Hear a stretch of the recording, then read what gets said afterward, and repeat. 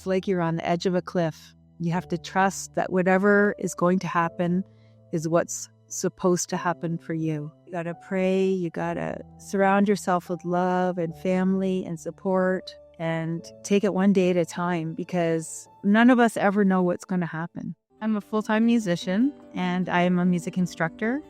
I teach classical music to children and adults. I teach piano, violin, guitar, and mandolin. I'm also a performer. I have a band called Rowan Tree, which I formed post-treatment and surgery, and we're thriving. 2017, they sent me for a ultrasound on my stomach. They didn't find anything. They were prescribing me different kinds of prescribed antacids, and they weren't really helping. 2018, 2019, I've been having gastric problems, like heartburn. I wasn't feeling well. The autumn before my diagnosis, which was in July, I went to eat something and it got stuck in my throat. I thought, well, that's weird, but it only happened the one time. And then I sort of just thought, oh, that's just weird. Like I must have, needed a drink or something like that. But then it happened a couple of other times. Other symptoms were happening, weight loss. There was a lot of blood in the toilet when I went to the bathroom, number 2. And I don't think that is classically a symptom of stomach cancer. I think it's more a symptom of colon cancer, but I'd been cleared for colon cancer. I complained to my family doctor a lot about it. They were sending me for ultrasound and they were sending me for blood tests, but they weren't finding anything. In May of 2022, they sent me for a swallow test, and I don't know how they missed it. I had quite a large growing tumor there, and they didn't see it, and they said everything was fine. But I knew that something wasn't fine because I was still not feeling well. My weight was just spiraling down. You got to act quickly. You have to push for it. If your general practitioner isn't listening to you or not getting you the proper tests, you'll have to go to emergency and demand a CT scan, because that's the only way they can know for sure. I knew there was something wrong. I didn't feel right. I had a weird sickly feeling. I can't even describe. Never had that kind of a feeling before. I went vegetarian. I quit drinking alcohol. I did a bunch of things to get healthy, but I was still feeling sick. I think we have an intuition about these things. I sort of was feeling like I was dismissed. It was also COVID, and it was really hard to get in with a specialist. If I had waited for my specialist appointment, I would have died. My cancer was growing fast. It was the 5th time I went to emergency. I should have said this before, but I said to them this time, look, I'm having anal bleeding. That's not right. And at that point, they said, okay, well, we better do a CT scan. And that's when they found the tumor on the 25th of July, 2022. That's when I got my diagnosis. This poor little girl that was shadowing the ER doctor that was on call there, and she was just in tears, and they had to tell me, and it didn't look good, right? It was pretty bad.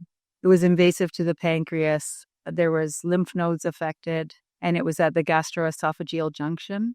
They sent my file to Kitchener, to the Grand River Cancer Center, and the oncologist there, Dr. Valdez, he was a great guy, and he called me and he said, look, we got to get you into treatment right away.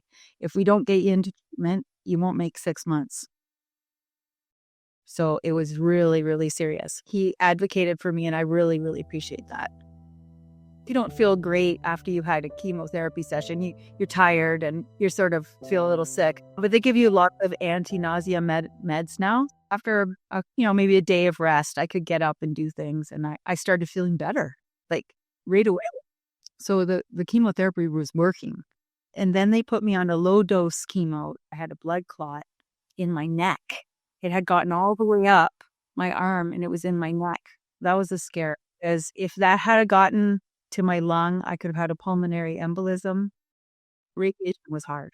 I found it very difficult, because where they had to radiate on me was like right here and down into my stomach.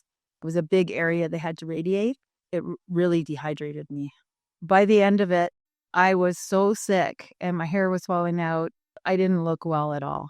I looked really, really gaunt. And I remember I was wearing my hair in a braid, and the braid just kept getting smaller and smaller and smaller because my hair was falling out. And I'd be washing my hair and I'd pull out a big clump of hair. So I cut my hair really short. I woke up in the middle of the night and I was vomiting blood. The technicians there at the Grand River Cancer Center, they were concerned, like, because when they saw me on the screen, like it's kind of like a CT scan. They can see your insides, and they said my insides, like my guts, had shrunk from the radiation. So they had to call the radiologist and say, "Is it okay if we continue?" And she said no, that I needed a break. And I really did, because I couldn't eat anything and I was just so skinny. I took a week break, or a week and a half or something like that. And then I went back, finished the radiations, and to 26. And then that was the end of November. And then we'll give you a break before they're going to do the gastrectomy. I have a friend who is a therapist. He offered to give me a free hypnotherapy session. He said, okay, when you're going into the surgery, you're going to be calm. All your worries are going to melt away, and you're going to know that your spiritual guide is with you, and you're not going to be afraid. Sure enough, came the day of the surgery. I was so scared, and I was saying goodbye to my husband, and I was crying and everything, because you don't know how it's going to go, right? Could be bad. Anyways, but I was in good hands. I had an excellent surgeon. As they were wheeling me into the surgery, this calm just came over me, and I was just, let's do this. They had to take the tail of the pancreas off. The stomach sits on top of the pancreas. So it had started to invade the pancreas. My surgeon, Dr. Matthew Kilmurray, has been an amazing surgeon and doctor. He came to me every day in the hospital. He performed an excellent surgery on me. He's been following me every 6 months. We have an appointment. I ended up having to have my gallbladder out last March, because people with my operation tend to get a lot of gallstones, and it can be quite painful. So he performed that surgery. He does all my endoscopies. He did my colonoscopy, and he's just an amazing doctor. Like I'm so grateful for him. Coming out of surgery, I was in a lot of pain. I went home, and after 6 weeks, I started immunotherapy. I got up and started walking right away. I was weak. I could only walk to the end of the street at first, and then eventually I could go a little farther, and I just pushed myself. Like each day, it was really important for me to get out, go for a walk, get in nature, be with my dogs. The first 6 months after surgery were tricky, because you have to learn, your body's had quite a shock, and you have to learn to eat again. And at first, it's only a few bites, and that's all you can eat. And if you try to push it and eat more than you can eat, it's not going to go well. It's not going to stay down. So you have to just be really patient. You know you're going to die someday, but you don't think about it. You know, you think, oh, that's later. Oh, when I'm old, I don't have to think about that right now. And then all of a sudden, you get a cancer diagnosis, and it could go that way. And you just feel like, wow, this could just all be over. Have I done all the things I wanted to do? Or have I mended all these relationships that, like, I don't know. It just, a lot of things go through your mind, really. And it really shakes you up. It really does. It shakes your foundation. You'd have heard of post-traumatic stress disorder, but I've heard of another one. It's called post-traumatic stress growth. And that is that you change so much through this kind of an experience. You become a better person. You're more thoughtful. You're more careful with your words. You're more spiritual, because you've got to start to sort of say, well, what do I believe? Like, what is my faith?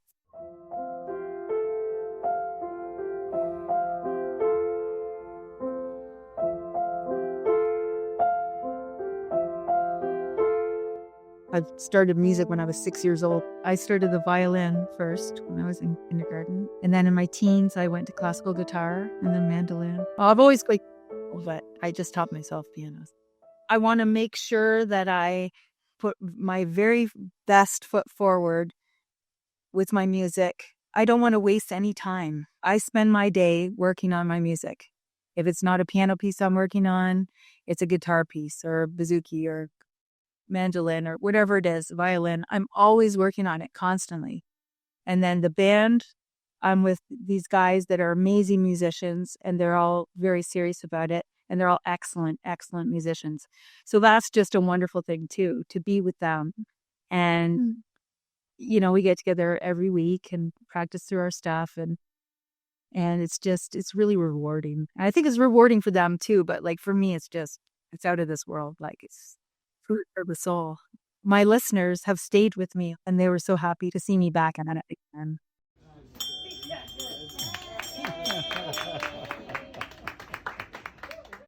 You're relieved, but there's also in the back of your mind the stats on this kind of cancer. It often returns, usually within a 2-year period of the gastrectomy. It'll be 3 years for me in January. I'm not off the hook until 5 years, until the 5-year clear. You live with that hanging over your head a bit. Like in August, I had a CT scan and they noticed some abnormalities in my colon.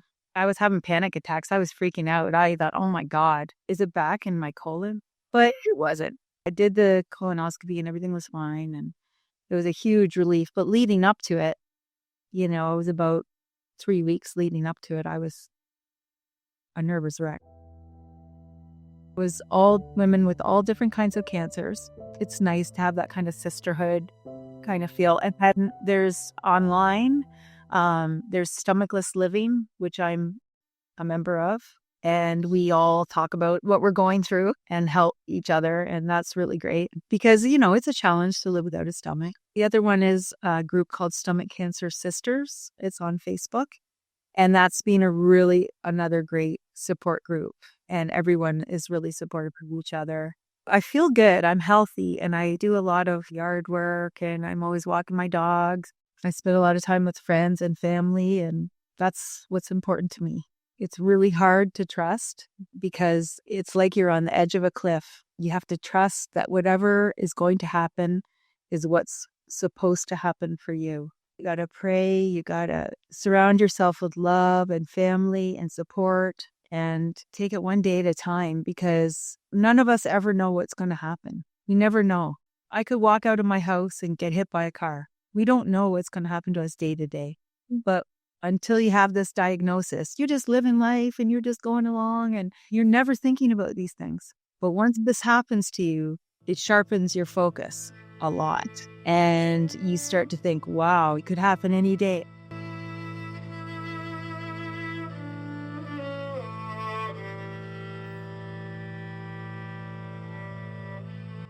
Before you meditate, you say to yourself, it is for certain that I will die. I don't know when, and it could be today. That forces you to live in the present moment, to not worry about the future. The best we can do is just be happy, be loving, and be grateful. Start a gratitude practice. And that is so important, and that's really, really helped me. And I still do that every night as I'm lying in bed. I'm thinking about all the things that happened that day that I'm grateful for. If you were moved by this story, we think you'll also enjoy this one, which we've queued up for you right here on your screen. Also, don't forget to subscribe to the patient story right here so that you can be notified about all of our recent uploads. Thank you for watching. You are not alone.